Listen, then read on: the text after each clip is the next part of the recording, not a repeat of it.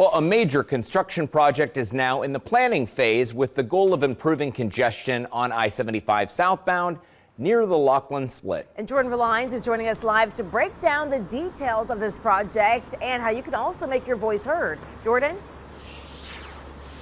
So the Ohio Department of Transportation, they're currently right in the middle of what they're referring to as an infrastructure overhaul, as directly as it pertains, I should say, to I-75 southbound, right where it meets the Laughlin split. As we know, as thousands of folks know who've ever traveled through Hamilton County leading into Cincinnati, that's certainly just one of the areas of major congestion. Obviously, now they're looking to relieve that a little bit, and all of this is part of kind of a broader project here. It's called their Through the Valley series. And again, this is directly pertaining to ODOT. And all this series, it actually ties into the larger multi-billion-dollar Brent Spence corridor improvements as well.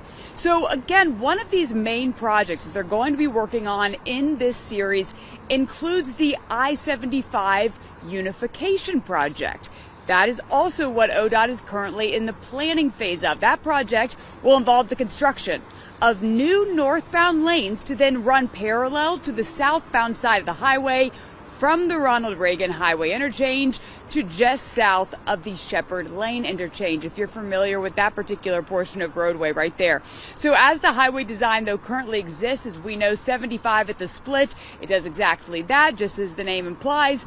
It splits before reuniting. So the I-75 unification project is not only going to eliminate that design, it's also going to improve safety, try to again ease congestion by widening the highway overall.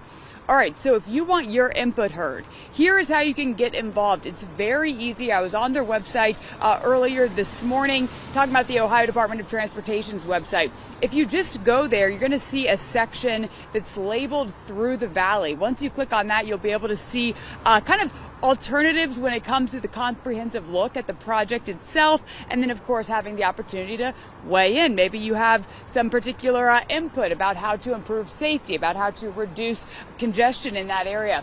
So the website will be remaining open for public input, but do make sure that you get your input in by July 9th, because that will then be the very last day that they're going to receive input. It's speaking about ODOT receiving input for their Through the Valley series. For now, I'll send it back to you in the studio. All right. Thank you, Jordan.